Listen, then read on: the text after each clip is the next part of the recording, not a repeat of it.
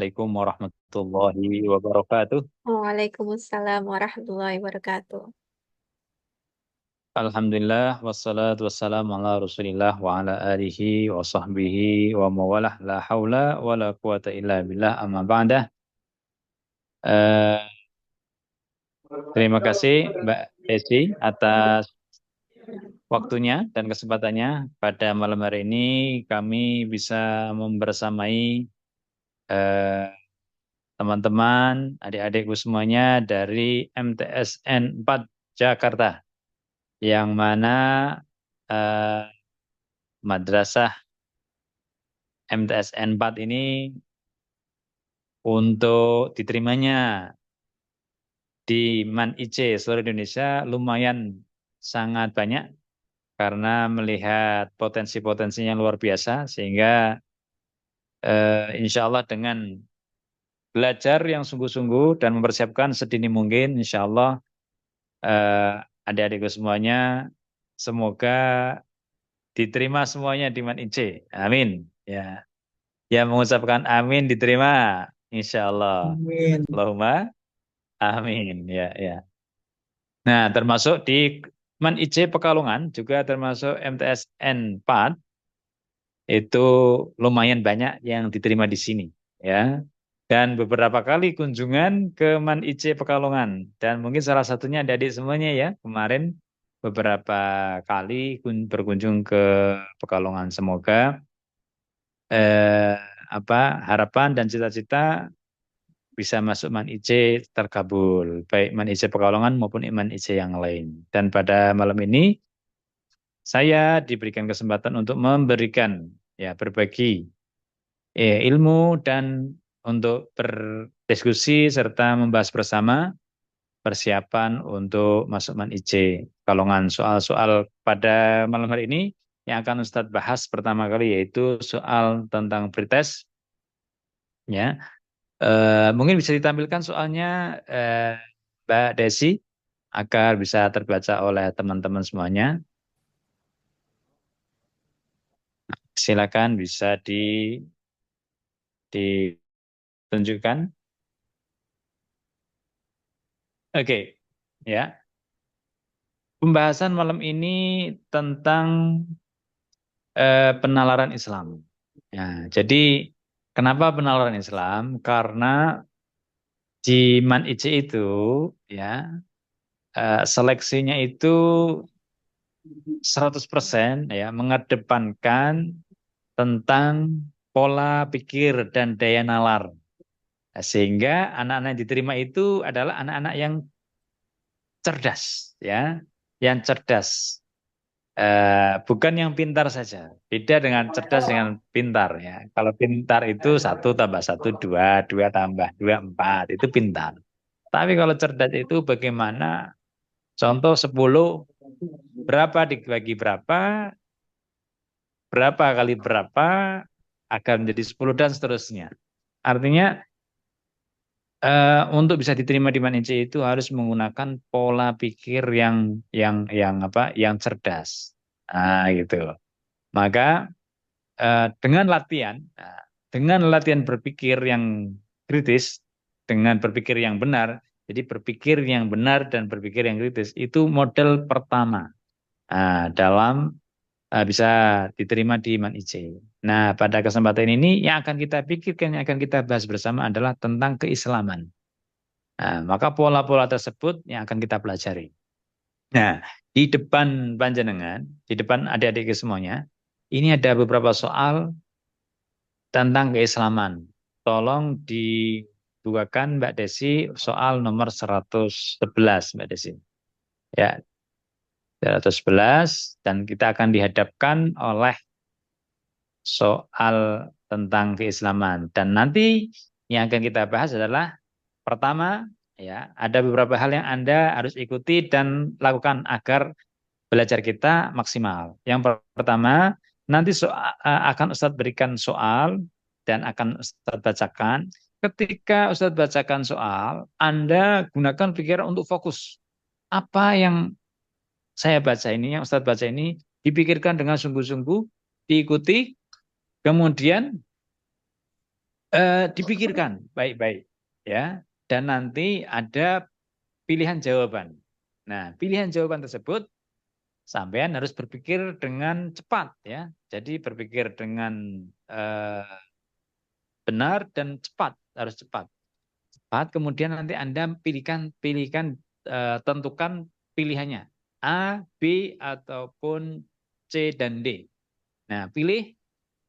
Setelah Anda pilih, itu kan, apakah nanti sama jawabannya dengan yang Anda pikirkan? Jadi Mbak Desi nanti jangan tunjukkan dulu jawabannya di situ, di bawah ada jawabannya ya. Pilihan kemudian ada jawabannya. Nah, jawabannya jangan ditampilkan dulu, nanti biar kasih kesempatan mereka untuk menganalisa, untuk berpikir. Nanti setelah beberapa detik ya, beberapa detik maksimal 3 detik, maksimal 3 detik itu sampean di benak panjenengan, di benak, di otak adik-adik semuanya langsung milih, oh saya milih A, oh saya milih B. Nanti kita buktikan. Nah, setelah apakah jawabannya benar atau tidak, kita buktikan. Dan setelah itu nanti kita bahas bersama-sama pola berpikirnya bagaimana, cara kerjanya bagaimana. Gitu nggih?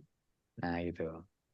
Dan ini merupakan yang Ustadz share di Mbak Desi ini adalah salah satu jawaban ataupun dari salah satu peserta didik. Jadi belum tentu benar dan belum tentu salah. Dan nanti salah yang menentukan benar salah yang kita bahas ini, itu ya. Yang benar atau salah yang akan kita bahas ini. Itu. Jadi jawaban di situ belum tentu benar, ya. Dan mungkin benar. Nah, itu ya. Yang menyatakan benar dan tidak adalah nanti kita, kami ya. Oh, ini benar jawabannya atau tidak sesuai ya gitu. Jadi ini salah satu saya comot salah satu jawaban dari salah satu peserta gitu. Baik, kita mulai. Bismillahirrahmanirrahim. Ya, soal nomor 111.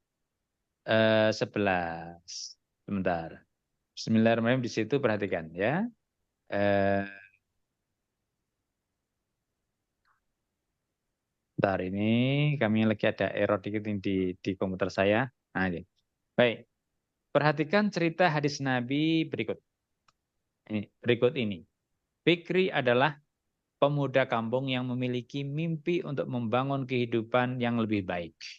Ia ingin membantu adiknya supaya bisa terus melanjutkan pendidikannya. Ia mulai membangun mimpinya dengan menjadi tenaga kerja di luar kota. Ya. Setelah 5 tahun, ya, setelah 5 tahun, maaf, bentar, milik saya ini agak. Setelah 5 tahun, ia memutuskan kembali ke kampung untuk memulai usaha ternak ikan hias. Akan tetapi ikan hiasnya terkena penyakit dan banyak yang mati. Fikri pun berpikir untuk berpindah ke usaha bisnis lain. Fikri mencoba berjualan online, produk batik dengan menjadi reseller beberapa brand baju batik pria. Namun, sudah beberapa bulan berjualan, sedikit sekali orang yang membeli produk yang ia tawarkan. Nah, kemudian ada hadis Nabi SAW bersabda, wa'lam anna nasra ma'as sabri, wa annal faraja ma'al karbi, wa anna ma'al yusri yusran. Rawahu Ahmad. Nah, hadis ini artinya begini, ya. Kata Nabi dalam hadis tersebut, ya, beliau memberikan eh, nasihat yang sangat penting bagi yang ditimpa musibah ataupun yang ditimpa masalah. Ya, kata Nabi, wa'alam, ketahuilah anna nasra ma'as sabri. Sesungguhnya pertolongan datang setelah kesabaran. Wa annal faraja ma'al karbi. Dan setelah kesusahan datanglah jalan keluar. Wa anna ma'al yusri yusra. Dan sesudah kesulitan datanglah kemudahan. Nah, pilih saran yang tepat. Nah, ini pertanyaannya. Pilihlah saran yang tepat untuk Anda berikan kepada Fikri berdasarkan hadis Nabi SAW. A. Mengingatkan Fikri agar tetap semangat dan tidak putus asa. B. Mengingatkan Fikri agar hidup seadanya, tidak perlu berbisnis. C. Mengingatkan Fikri untuk terus berusaha agar dipuji tetangga. D. Mengingatkan Fikri agar tidak berbisnis karena berat tantangannya. Nah, yuk kira-kira jawabannya apa? 1, 2, 3. Yang Nah, A. selesai. Apa? Siapa ya, Pak? Ustaz. Kenapa? A. Kenapa A? Kenapa ada yang bisa menjawab? Kenapa? Yang paling logis. Karena paling logis. Ya, A bagus sekali. Karena ya orang apa? Orang yang ditimpa masalah itu ataupun musibah ataupun diuji banyak itu, dia harus tetap terus jangan berputus asa dan terus tetap semangat. Nah, ini hadis tersebut adalah motivasi, ya. Motivasi nanti pasti akan datang. Nah, maka tidak berputus asa dan tetap semangat. Maka betul sekali jawabannya adalah A. Ah, betul. Kita lanjut. Nomor 112. Nah, ya, 112. Ya. Perhatikan hadis Nabi berikut. An Abi Sa'id wa Abi Hurairah radhiyallahu anhuma. Ya, anin Nabi sallallahu alaihi wasallam qala ma yusibul muslimu min nasbin wala wasabin wala hammin wala huznin wala adha wala ghammin hatta syaukata yushakuha, ya, yushakuha illa kafarallahu biha min khatayahu. Rawahul Bukhari wa Muslim. Arti hadisnya saya artikan begini. Diceritakan dari Abi Sa'id dan Abi Hurairah. Abi Sa'id Al-Khudri ini ya, dua sahabat Nabi radhiyallahu anhu, semoga Allah Subhanahu wa taala meridhai keduanya. Ani Nabi sallallahu alaihi wasallam diceritakan dari Nabi. Qala, beliau bersabda begini.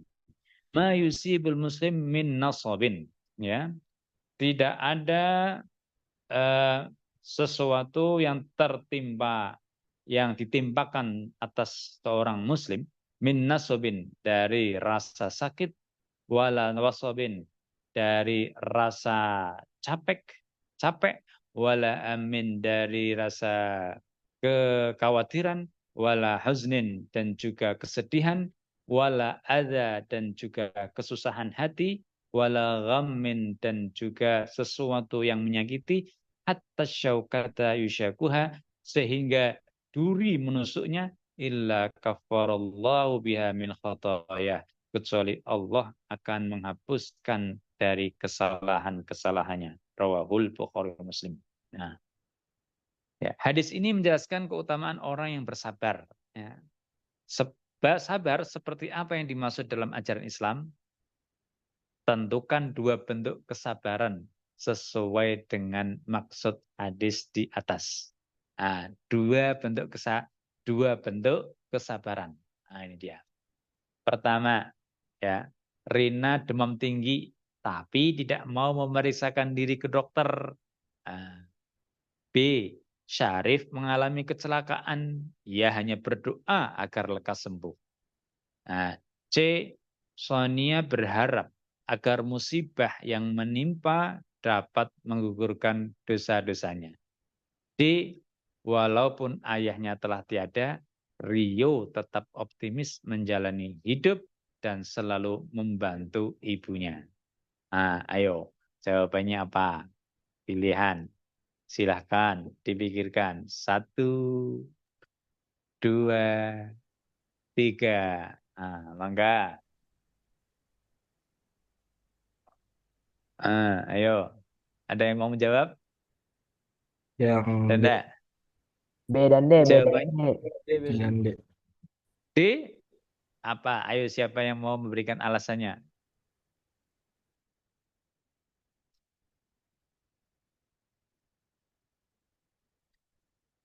Dua bentuk kesabaran.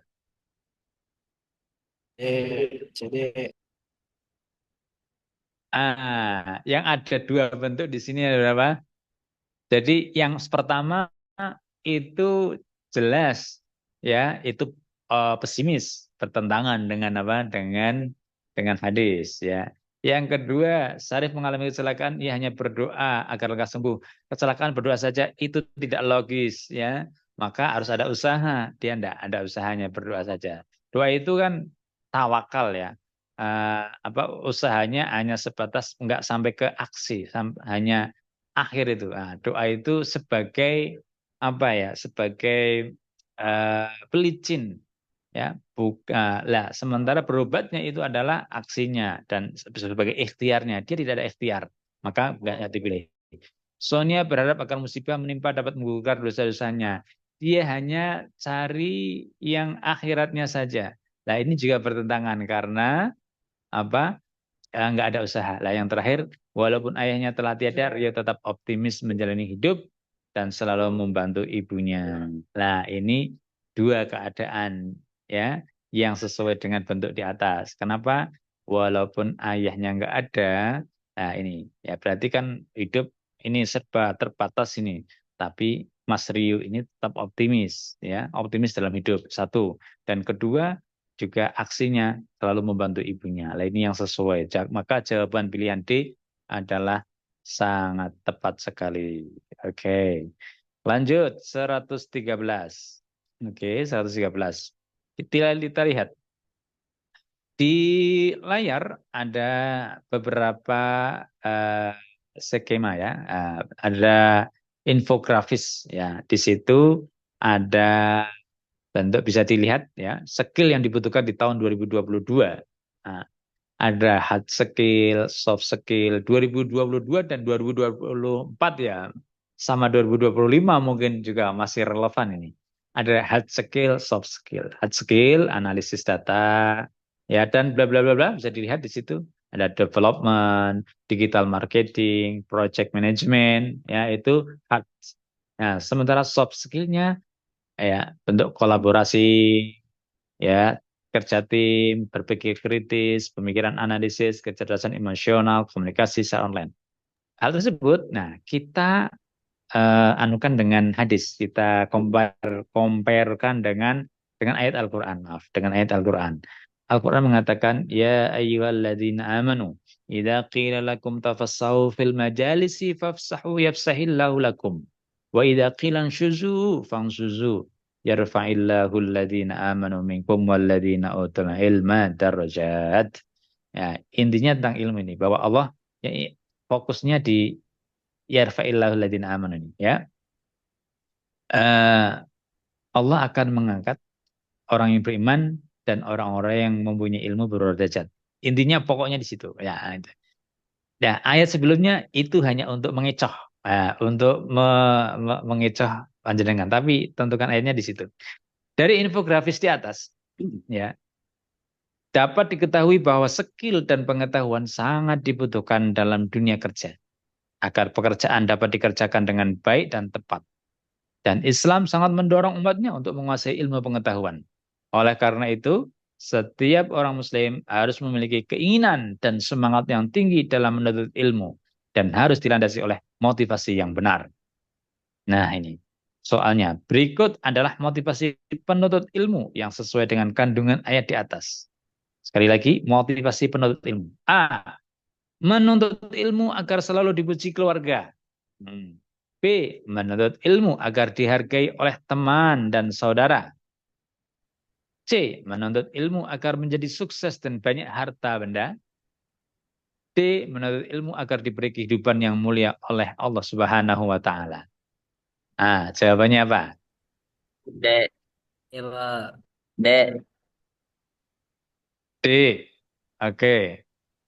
Oke. Apa alasannya kenapa?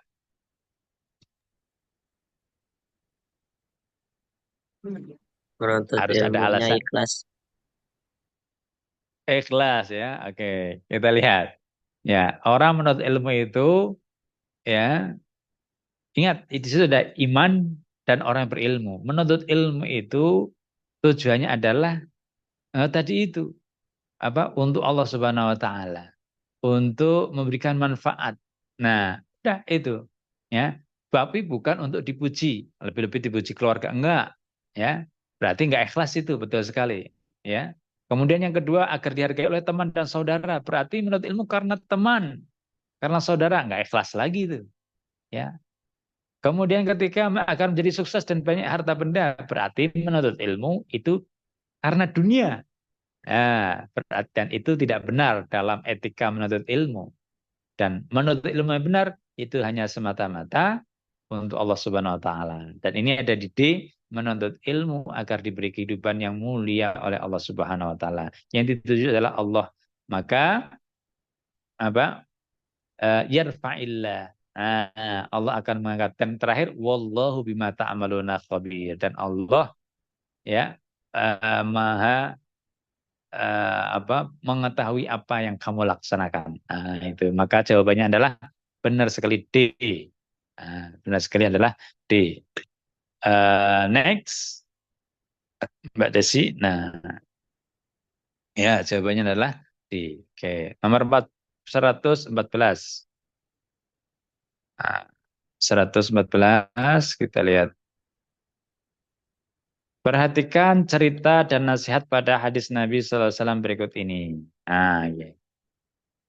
Ya, kalau tadi di jawaban di soal yang Ustadz Comot jawaban ini, ya ini adalah jawabannya A dan ini adalah salah. Ya, tadi yang tadi di di lembar ini sebelumnya itu adalah jawabannya A ya, itu salah jawabannya. Orang ini adalah anak ini yang menjawab ini salah A. Demi dipuji keluarga salah. Yang benar adalah B. Betul sekali. Oke, kita lanjut. Perhatikan cerita dan nasihat pada hadis Nabi SAW berikut ini. Ada seorang pemuda yang cepat menghabiskan kekayaannya. Suatu hari, ya, sang pemuda ini sudah tidak memiliki uang lagi dan harta. Habis hartanya ini. Hanya tersisa pakaian yang ia kenakan. Suatu pagi, sang pemuda itu berjalan untuk menemui temannya. Sembari berjalan, sang pemuda ini berpikir caranya agar dia bisa mendapatkan uang lagi. Tepat pada saat itu, seekor burung layang-layang terbang melintas dan berkicau riang. Sang pemuda berpikir bahwa musim panas telah tiba. Oleh karena itu, dia menjual jubah dan celana panjangnya. Jadi ini kejadiannya ada di Arab. Jadi Arab itu musim panas dan musim dingin. Kalau panas panas sekali, kalau dingin dingin sekali. Nah ini musim musim panas telah tiba. Oleh karena itu dia menjual jubah dan celana panjangnya kepada teman yang ditemuinya. Beberapa hari kemudian cuaca berubah menjadi sangat dingin. Sang pemuda yang hanya memakai baju tipis dan celana pendek, badannya gemetar menahan rasa dingin. Nah, adapun hadis Nabi SAW pada umatnya, yaitu ada sebuah hadis yang mengatakan begini. An Umar ibni Shu'aib, an Umar, an Amr ibni Shu'aib, an abihi, an jaddihi. Diceritakan dari Amr bin Shu'aib, dari ayahnya, dari kakeknya. Qala, Amr berkata, qala Rasulullah sallallahu alaihi wasallam. Rasul bersabda, kulu wa tasaddaqu. Makanlah kalian semuanya, wa tasaddaqu, dan bersedekahlah kalian semuanya. Wa al basu fi ghairi israfin wala makhilah. Dan berpakaianlah kalian dengan tanpa berlebih-lebihan. Wala makhilah, dan janganlah sombong. Dan jangan bermegah-megahan atau sombong. Nah, pesan yang terkandung pada hadis tersebut adalah A. Larangan berkata kasar. B. Larangan bersifat bakhil. C. Larangan boros dan sombong. D. Larangan durhaka pada orang tua. Oke, silakan dijawab di benak masing-masing. 1, 2, 3. Silakan. Apa jawabannya? Ada yang mau menjawab? Larangan apa? C. C. adalah larangan boros dan sombong. Oke. Dalam jawaban itu pasti ada indikatornya. Indikator dalam hadis yaitu merupakan kata yang menjadi simbol jawaban. Berarti harus mana kata yang menunjukkan boros dan sombong? Ayo Mas, mana kata yang menunjukkan boros dan sombong? Bakhil. Bakhil, mana ada kata bakhil? Nggak ada. Nggak ada bakhil.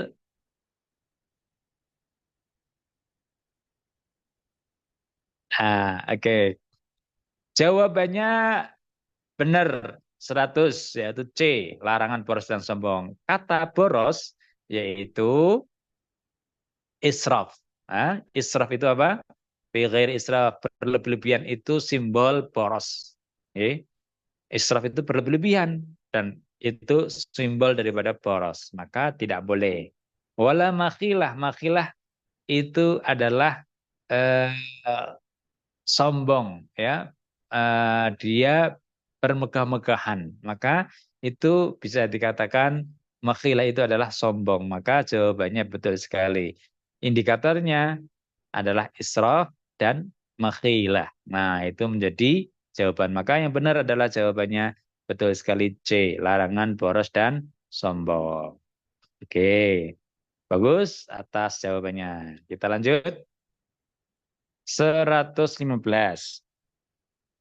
Ya, 115.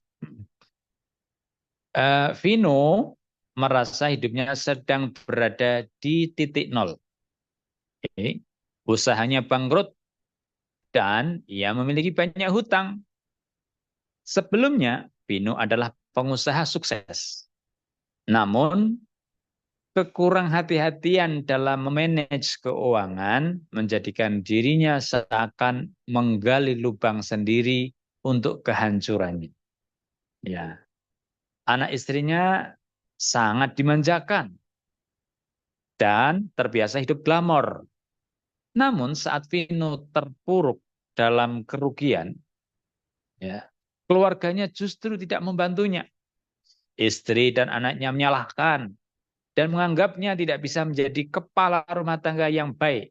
Wah, sudah rugi disalahkan sama keluarganya. Tidak ada dukungan sama sekali.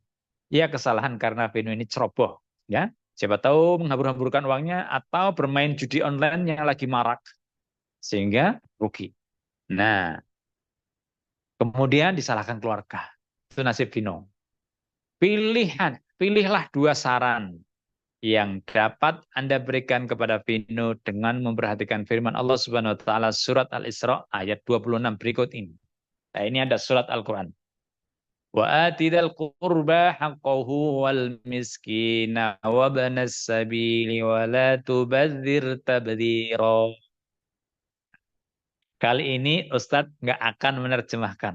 Nah, biar jadi PR panjenengan apa ya kira-kira artinya karena salah satu kunci itu dalam menjawab keislaman itu harus tahu makna ayat maupun hadis. Nah, itu sangat penting sekali. Ya, jadi kalau dengan mengetahui maknanya maka mudah insya Allah ataupun eh, kita dapat mengetahui. Tapi kalau tidak mengetahui maka biasanya salah apa ya isi ayat ini itu apa kandungannya atau isi hadis ini apa maksudnya gitu. Apabila tidak mengetahui maka itu fatal. Nah, maka dari itu ini apa harus tahu arti maupun makna dari ayat ataupun hadis. Nah, kalau seumpama nanti dihadapkan soal yang ada ayat maupun hadis dan tidak tahu maknanya bagaimana Pak Ustadz? Nah, caranya apabila tidak tahu makna dan hadis, sampean kira-kira ya yang tentukan kira-kira dari salah satu kata itu sampean tahu artinya. Contoh ya ayat ini. Oh, ada kurba, ada kurban. Kurba ini atau ada miskin. Oh, berarti tentang kemiskinan ini, gitu ya. Ada hak, berarti hak miskin ini, kayak gitu. Kemudian ada Ibnu Sabil. Nah, berarti Ibnu Sabil. Ibnu Sabil itu apa ya, gitu kan? Oh, nggak tahu, coba. Oh, Ibnu Sabil saya pernah tahu. Oh, itu orang yang berjalan di jalan peperangan atau yang memperjuangkan Allah, bendera Islam, gitu. Oh iya, gitu. Kemudian tabdir tabdiro. Wah, tabdir itu apa ya? Maksudnya apa ini? Oh, mubadir. Nah, gitu ya. Berarti mubadir. Nah, sampean gali begitu. Ya, gali sebisanya. Tapi harus sampean kerahkan itu otak itu, harus menerjemahkan, bahkan menyimpulkan. Kira-kira walaupun tidak tahu makna tepatnya, tapi sampean bisa menyimpulkan. Gitu ya. Nah, Ustadz nggak akan memaknai dulu ini biar sampean berusaha memaknai sendiri dan nanti akan kita terjemahkan setelah jawaban ada yang menjawab. Nah, kalau semua tidak tepat. Oke, ayatnya tadi dan pilihannya sebagai berikut. A, mengingatkan Vino agar tetap berhemat saat berkecukupan. Nah, kasus tadi ya, mengingatkan Vino agar tetap berhemat saat berkecukupan. Kemudian B, memarahi anak istrinya agar memiliki sikap hormat kepadanya. Karena tadi anaknya sama istrinya itu malah menyalahkan, jadi memarahi istrinya dan anaknya agar hormat sama kepala rumah tangga. C, melarang Vino menjadi pengusaha karena berpotensi bangkrut. Wah, jadi Kak Sanjina punya temannya Vino tadi itu sampai menyarankan Vino untuk nggak usah usaha lagi lah, bangkrut aja kau gitu kan, nggak usah berusaha. Nah, D, menasihati Vino agar rutin bersedekah agar usahanya berkah dan jauh dari masalah. Jadi dinasihati untuk bersedekah ya, karena dengan sedekah itu ya bisa menjauhkan dari bala, dari cobaan, dari masalah. Maka dari 4 ini, ayo pilihlah jawabannya. Silahkan. Ayo, A dan 1, D. 2, 3. Apa? A dan D. A dan D? Oke, A dan D. Kita dari yang D dulu. Oke. Ayo, indikasinya mana? Indikatornya mana? Kok menjawabnya D? Ada yang bisa menjelaskan? Indikatornya yang D. Alasannya, indikatornya itu berarti yang menjadikan jawaban ada dalam ayat tersebut. Indikatornya apa? Jadi kan ini Vino itu kan bangkrut karena salah manajemen dalam berusaha. Kemudian setelah itu disalahkan sama keluarganya malah. Gitu ya. Kesalahannya dia karena tadi itu memiliki banyak utang. Kenapa? Karena dia dulunya menghambur-hamburkan uangnya. Hidupnya glamor sehingga hancur. Nah, ayo yang jawab D tadi. Pak, ada hubungannya enggak bersedekah dengan yang Vino tadi itu? Vino kan sudah ini ya, Vino kan sudah bangkrut ya. Mau kayak mana mau menyedekahkan? Enggak ada lagi uang yang disedekahkan, kan? Atau oke lah, dia disarankan sedekah itu bagus, sedekah itu bagus memang bisa. Tetapi apakah tepat? Nah, apakah tepat sementara dia dalam ini kesusahan, itu ya. Sebetulnya bisa-bisa saja, tetapi mungkin lebih ada yang tepat. Oke, kita lihat A. Kalau kita lihat C, melarang Vino menjadi pengusaha karena berpotensi bangkrut. Ini melarang ini berarti malah kita menyuruh menjadi simis. Ini bertolak belakang ya. Jadi nggak boleh kita misalnya menyarankan orang kok malah tidak berusaha, itu namanya bikin mundur. Harusnya kita semangati. Yang berarti nggak tepat. C. B. Memarahi anak istrinya agar memiliki sikap hormat kepadanya. Ini etika, soal etika ya. Ini juga nggak tepat, nggak solutif, nggak solutif. Ini. Nah, kita lihat yang A, ya. Yang A. Yang A mengingatkan Vino agar tetap berhemat saat berkecukupan. Mengingatkan Vino agar tetap berhemat dalam berkecukupan. Ini coba kita lihat ayatnya. Saya artikan ini. Wa atidal qurba haqqahu. Wa ati, dan berikanlah dal qurba, kerabat, yang punya kerabat, hak haqqahu, haknya. Ya. Berikan hak, ya, hak-haknya keluar kerabat dekat. Wal masakin, dan orang miskin. Ya. Wa benas sabil, dan tadi itu Ibnu Sabil, orang musafir, orang dalam perjalanan, kasih, ya, berikan sedekah kepada mereka. Wala tubadzir tabdzira, dan jangan berbuat apa menghambur-hamburkan harta, dan jangan menghambur-hamburkan. Nah, gitu. Maka jawaban yang tepat adalah A. Kenapa? Di sini wala tubadzir tabdzira. Kenapa? Karena tadi itu kita itu ketika waktu perkecupan kita harus tetap berhemat, cocok sekali dengan wala tubadzir tabdzira. Jangan menghambur-hamburkan. Jadi kalau kita itu masih jaya, manajemen uangnya bagus dan menggunakan uang secukupnya walaupun berlimpah. Nah, secukupnya dan jangan sampai tadi itu ceroboh sehingga habis, sehingga nggak benar, sehingga jadi nestapa, akhirnya jadi miskin. Nah, gitu. Yang kedua, yang D sebetulnya benar juga, tetapi lebih tepat A. Nah, gitu ya, lebih tepat A. Karena apa? Kondisi dia sudah tidak punya uang. Kalau punya uang, oke, wa atidal qurba, oke. Tetapi dia posisinya adalah dalam masa sulit, masa pailit, maka nasihat yang paling tepat adalah jangan menghambur-hamburkan ketika waktu dalam keadaan ini kepepet, dalam keadaan sulit tadi itu. Jawabannya adalah A. Oke, congratulations to yang jawab A ya. Sekarang kita lanjut. 115. 115. Mm-mm. Oke. Kalau dua saran, yang saran, yang dua, yang pertama A, yang kedua D, betul. Yang kedua D, betul. Jadi kalau pilih dua saran, yang pertama A, yang kedua D, itu paling minim-minimnya begitu. Jadi solusi pertama tadi yang A, ya, yang saran kedua D. Kenapa? Tadi itu wa'atidal qurba, memberikan. Nah, jadi ini mungkin salah satu dari apa menolak bala. Nah, untuk ini untuk menambah berkah harta. Nah, itu jalan bersedekah. Jadi kalau kita sedekah itu ini yang perlu diketahui. Mungkin kalau logikanya dilogikan ini apa agak terbalik. Ini saat mau bercerita tentang logika sedekah ini dulu ya, biar nanti kalau ada pertanyaan seperti ini saya bisa dijawab. Begini, dalam Islam itu penalaran Islam dalam bersedekah. Kalau pakai ilmu dunia, ilmu matematika, pakai logika dunia nih ya.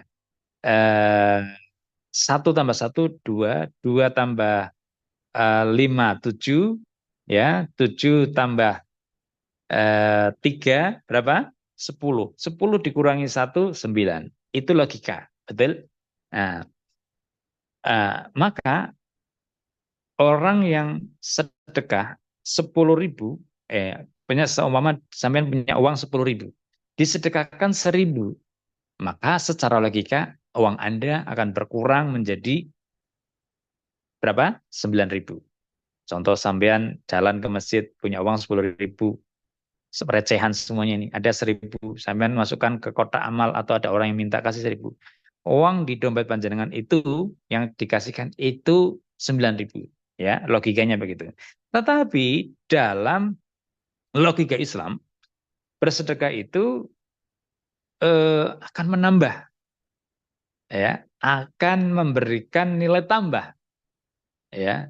Apa dalilnya? Ada ayat Al-Qur'an. Allah berfirman, "Masalul ladzina yunfikuna amwalahum fi sabilillahi kamasali habbatin ambatat sab'a sanabila fi kulli sumbulatin mi'atu habbah. Wallahu yudza'ifu liman yasha' wallahu wasi'un alim." Yang artinya ataupun intinya sebagai berikut. Jadi, perumpamaan orang yang yunfikun amwalahum fi sabilillah, yang meninfakkan hartanya di jalan Allah, itu kamasali habbatin ambatat sab'a sanabil. Seperti perumpamanya satu biji yang kemudian tumbuh menjadi 7 bulir. Sab'a sanabila. Fi kulli sumbulatin mi'atu habbah. Dalam setiap satu bulir itu akan tumbuh menjadi 100. Nah, satu tumbuh jadi 7. Yang 7 ini satu-satunya tumbuh ya menjadi 100. Nah, jumlahnya berapa berarti? 700. Wallahu yudhaifu liman yasha, dan Allah akan melipat gandakan ya yudhaifu liman yasha bagi orang yang Ia kehendaki. Wallahu wasi'un alim, dan Allah maha wasi', maha luas dan maha mengetahui. Nah, melalui ayat ini maka menurut matematika Al-Qur'an atau matematika akhirat, ya, orang yang bersedekah 1.000 yang tadinya uang punya 10.000 di jalan dia kasihkan kepada orang fakir miskin atau kasihkan masuk masjid, di dompetnya itu menurut matematika akhirat, kalau satu tadi itu tumbuh jadi 7, kemudian satunya itu 7 jadi 700, berarti jadi 700, maka pada hakikatnya yang kelihatan itu 9.000, tetapi menurut matematika akhirat atau matematika Al-Quran itu menjadi 709.000. Itu ya. Nah, itu salah satu bentuk perhitungan matematika akhirat. Maka itulah keberkahan. Nah, insya Allah dengan bersedekah maka akan semakin bertambah insya Allah harta kita, bukan semakin kurang.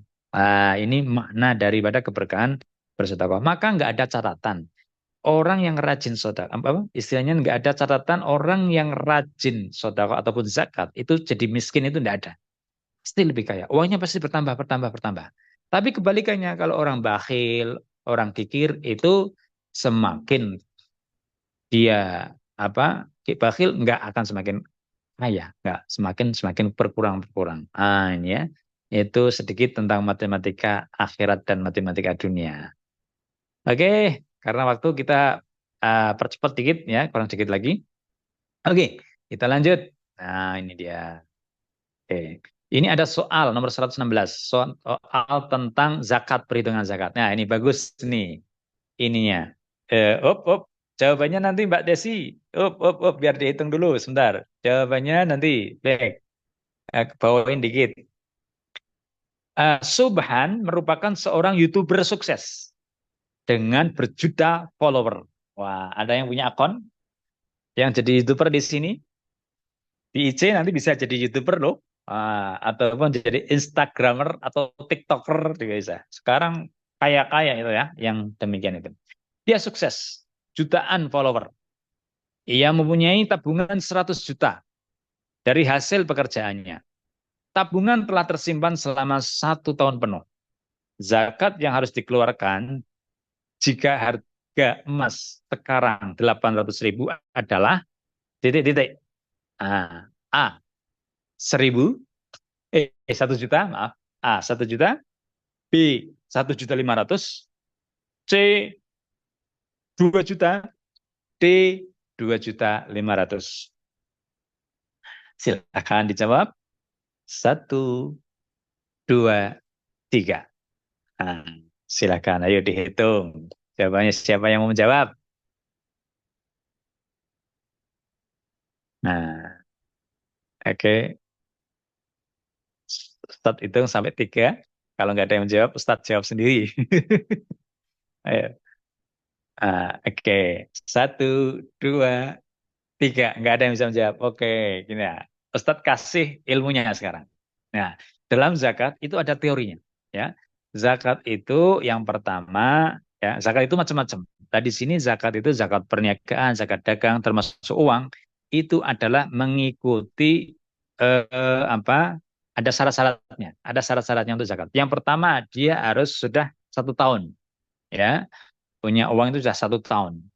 Yang kedua, kemudian setelah 1 tahun, kemudian ada nisabnya. Nisab itu adalah takaran yang mana kalau uangnya seharga itu, maka dia berkewajiban zakat. Maka apabila tidak mencapai tersebut, maka tidak berkewajiban zakat. Zakatnya berapa? Takarannya adalah pakainya emas. Emasnya adalah 85 gram. 85 gram. Oke, sekali lagi. Jadi, ya, dari 85 gram tadi itu, kalau punya uang segitu 85 gram, maka wajib dikeluarkan zakatnya. Zakatnya berapa? Zakatnya adalah sebesar 2,5%. Nah, zakatnya 2,5%. Oke. Nah, sekarang ya, eh, kalau harga emas 800.000, ya, harga emas 800.000. Ini kalau dikalikan 85 gram, ya, seberapa besar itu uangnya? Halo, 85 gram dikali, ya, 800. Jadi 1 gramnya kan 800.000. Kali 85. Berapa uangnya? Itu nisab. Ya. Ada yang tahu? Ada yang bisa menghitung? Halo. Ah, ini matematika ini. Insya Allah mudah.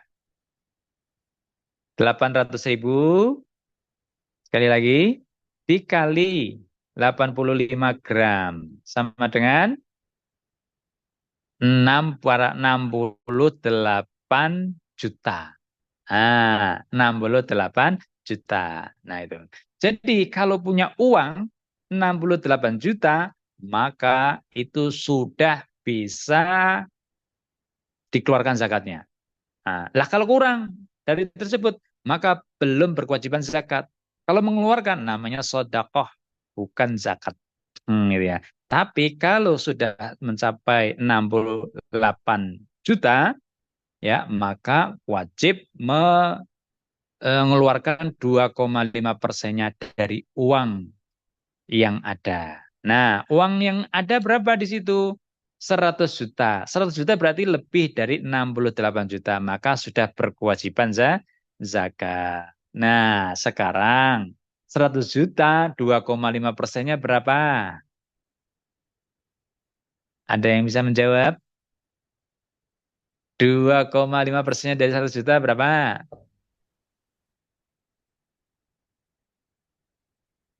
Halo, 1, 2, 3. Tafakkaru, ayo berpikirlah kalian. Nggak ada yang bisa menjawab 2,5%-nya 100 juta? D. Halo, D. 2,5 dari 100 juta. 2,5% dari 100 juta. Berapa? Ayo. Wah, mudah ini. Ya, matematika nih.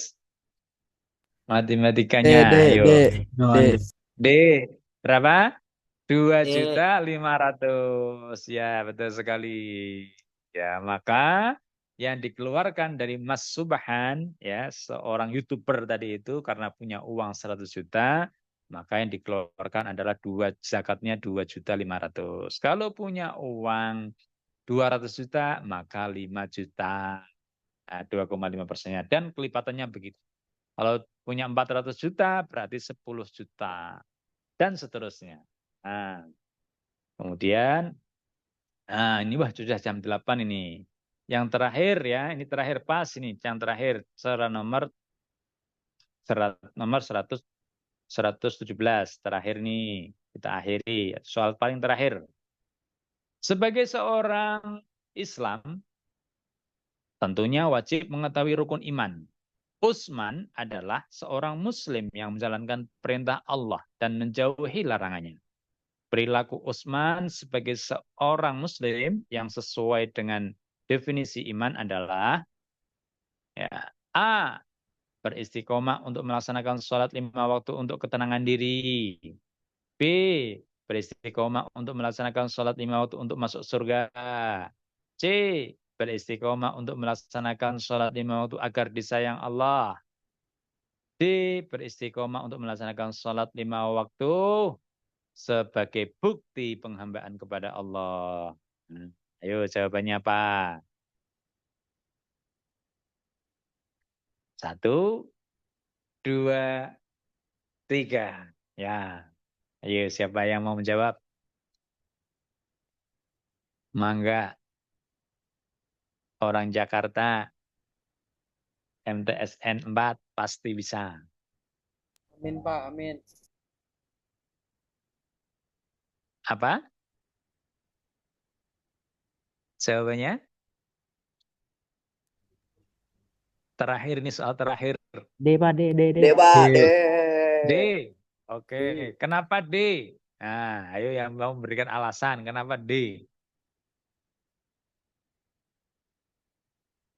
Harus ada alasan. Ya, semua itu yang kita lakukan itu harus ada alasan.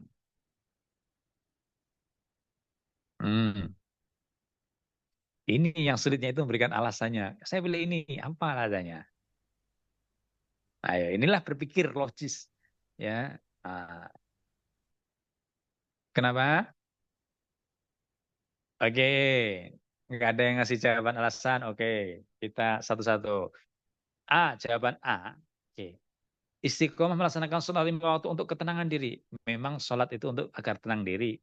Memang sholat itu bisa menenangkan diri. Tetapi tidak untuk kita sholat itu untuk menenangkan diri. Ya, gitu ya. Beda ya. Tujuan kita sholat itu untuk apa? Nah, bukan untuk menenangkan diri. Tetapi kalau sholat memang kita bisa jadi tenang hatinya, adem. Tapi bukan untuk itu kita sholat. Nah, ya. Kemudian B. Untuk melaksanakan sholat 5 waktu untuk masuk surga. Nah, apakah sholat itu hanya untuk surga? Enggak. Ya, kita ibadah itu hanya untuk agar masuk surga? Enggak. Karena ada ayat Al-Quran mengatakan begini, inna sholati wa nusuki wa mahyaya wa mamati lillahi rabbil alamin. Sesungguhnya sholatku, wa nusuki dan ibadahku, wa mahyaya dan hidupku lillahi rabbil alamin, untuk Allah Subhanahu wa taala. Nah, kita sholat itu untuk Allah Subhanahu wa taala. Nah, bahkan bukan untuk agar disayang Allah Subhanahu wa taala, itu tidak. Agar kita sholat kemudian agar disayang, tidak. Berarti itu masih mengharapkan imbalan. Ya, jadi sholat yang A, B, dan C itu adalah kita itu sholat masih menginginkan imbalan. Tidak seperti ayat tadi itu. Nah, ayat tadi itu untuk ibadah, untuk lillahi rabbil alamin. Maka jawabannya adalah D, betul sekali. Melaksanakan sholat 5 waktu sebagai bukti penghambaan kepada Allah Subhanahu wa taala. Nah, jadi kita itu memang sebagai bukti agar kita itu sebagai hamba itu ya sholat beribadah kepada Allah. Lillah. Nah, bukan karena siapa-siapa. Bukan untuk diri sendiri, ataupun bukan hanya masuk surga atau disayang Allah Subhanahu wa taala. Maka jawabannya adalah D, benar sekali. Ya, alhamdulillah waktu sudah menunjukkan jam 27 di sini dan di sana mungkin ya, maka habislah waktu kita. Insyaallah kita akan ketemu nanti di lain kesempatan. Nah, demikian adik-adik semuanya ya. Kita belajar dan cara berpikir, gunakan otak kita, aktifkan, dan insya Allah bila dilatih, insya Allah Anda akan mampu untuk menjawab soal tanpa kesusahan. Demikian dari saya, ya, semoga bermanfaat dan semuanya sukses. Amin ya rabbal alamin. Demikian kami kembalikan kepada Mbak Desi, ya, dari saya sekian. Wassalamualaikum warahmatullahi wabarakatuh. Waalaikumsalam warahmatullahi wabarakatuh. Terima kasih Waalaikumsalam banyak warahmatullahi Ustaz wabarakatuh. Mansur untuk materi pada malam hari ini. Semoga bermanfaat bagi adik-adik semua. Baik, untuk bimbingan belajar pada malam hari ini kita cukupkan dulu ya adik-adik semua. Nanti kita akan lanjut di jadwal selanjutnya. Mungkin sekian dari kami. Terima kasih. Wassalamualaikum warahmatullahi wabarakatuh. Waalaikumsalam Waalaikumsalam warahmatullahi Wabarakatuh. wabarakatuh. Waalaikumsalam. Waalaikumsalam warahmatullahi wabarakatuh.